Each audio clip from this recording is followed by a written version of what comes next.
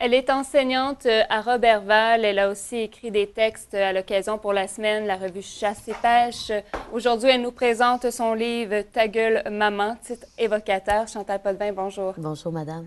Donc, c'est ça, vous êtes enseignante de métier. Vous avez touché à l'écriture à quelques reprises dans votre vie. Et là, vous avez eu un lancement particulier pour ce deuxième livre en carrière. C'est un projet d'écriture que j'ai voulu faire avec mes élèves de 5e secondaire. Et d'ailleurs, monsieur m'a préparé une partie du reportage du lancement que je vais partager avec vous, une trentaine de secondes. Dans le reportage, vous allez voir une maman qui parle aux élèves parce que son fils est décédé des suites de la consommation. Et elle parle aux élèves en les mettant en garde contre ça. Et je vous fais jouer la partie dont je vous parle. On l'écoute à l'instant. Je ferai évoluer dans le bâtiment de la Fontaine. OK? J'ai travaillé 10 ans, là. Puis il y a des vestiges, hein? Les endroits où on attachait les malades, des choses comme ça. Puis j'ai le goût de le faire évoluer dans ça. Vos parents vous aiment, vous êtes beaux. Vous avez plein de potentiel. Laissez-vous pas détruire. Laissez-vous pas détruire par la drogue.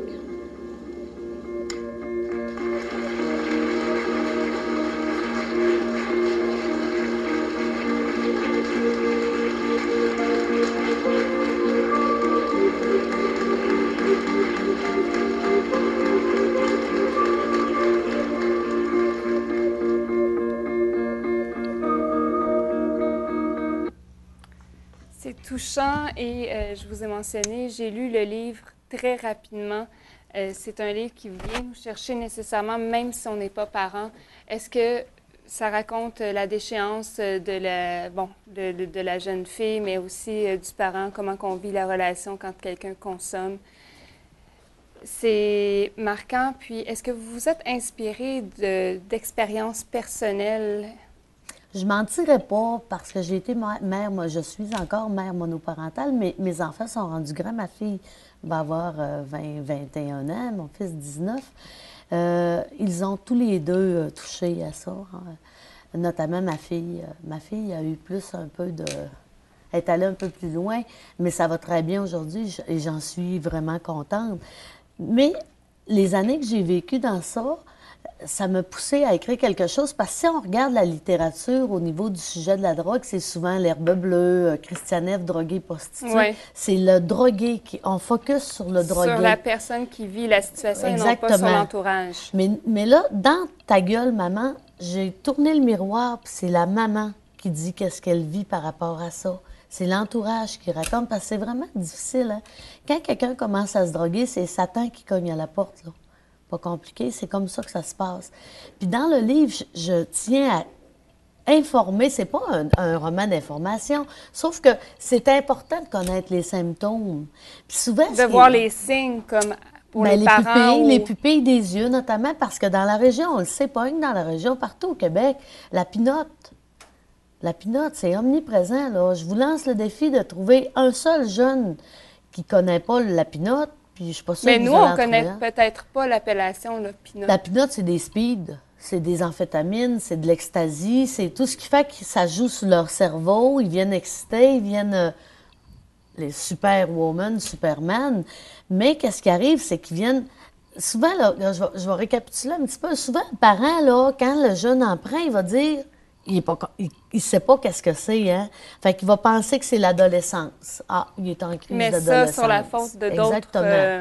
Il va dire, ah, il fait sa puberté.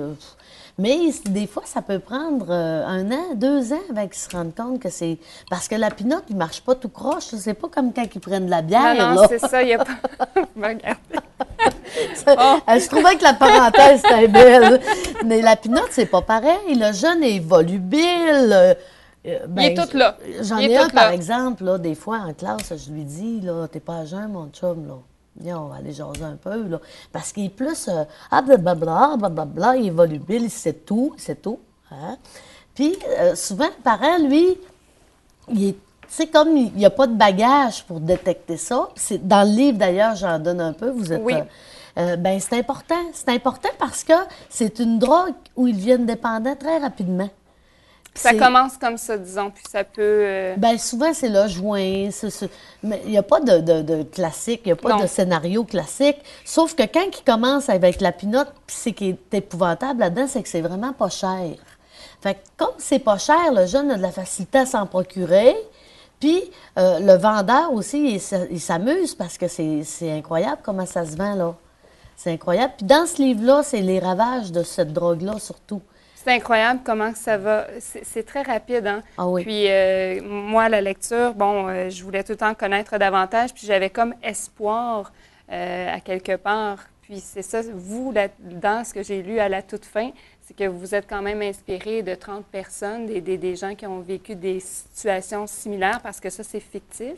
Oui. Mais les gens que vous avez rencontrés, comment avez-vous vécu ça? Bien, il y a des rencontres. D'ailleurs, vous le voyez, c'est sous le couvert de l'anonymat. On s'en sort pas, hein? Je pense pas. Bien, il y a une maman, d'ailleurs, ça faisait une vingtaine d'années, puis elle dit, il n'y a pas un matin où je me lève pas en pensant à lui. On s'en sort pas. C'est tellement difficile de vivre un enfant qui se suicide ou qui meurt d'une overdose que il n'y a rien à faire pour s'en sortir. Je parle psychologiquement. Mais le livre, je tiens à dire que c'est un cri d'espoir, dans le fond, oui. pour que ça arrête. Bien, c'est ce que j'ai ressenti quand même en le lisant, parce qu'on garde, oui, on s'en va dans la déchéance, tout ça, mais on voit qu'à la toute fin, ben il y a un message à comprendre. C'est la vie. D'ailleurs, vous voyez, dans le livre, il y a un petit bonhomme que je nomme qui s'appelle William. C'est d'ailleurs le seul prénom qui est nommé à part Viviane, en passant. Oui. Et ça, c'est un petit bonhomme qui a vraiment existé, qui avait 9 ans, qui avait une leucémie, il vivait à Mastoyache, dans la réserve autochtone Innu, à côté de Robertval. Puis ce petit bonhomme-là, je l'ai connu il y a 4 ans, et il me disait que j'étais sa journaliste. Il me disait, je veux que tu fasses un article sur moi pour demander à la population de prier pour moi. Parce que je veux pas mourir, puis vu que juste lui m'attendre comme ça, je trouve que c'est pas assez. Donc, j'ai fait un article sur lui qui a fait le tour, rien de moins que le tour de la planète. Et le petit bonhomme est décédé. Mais pour moi, ce petit bonhomme-là, c'est un symbole de vie.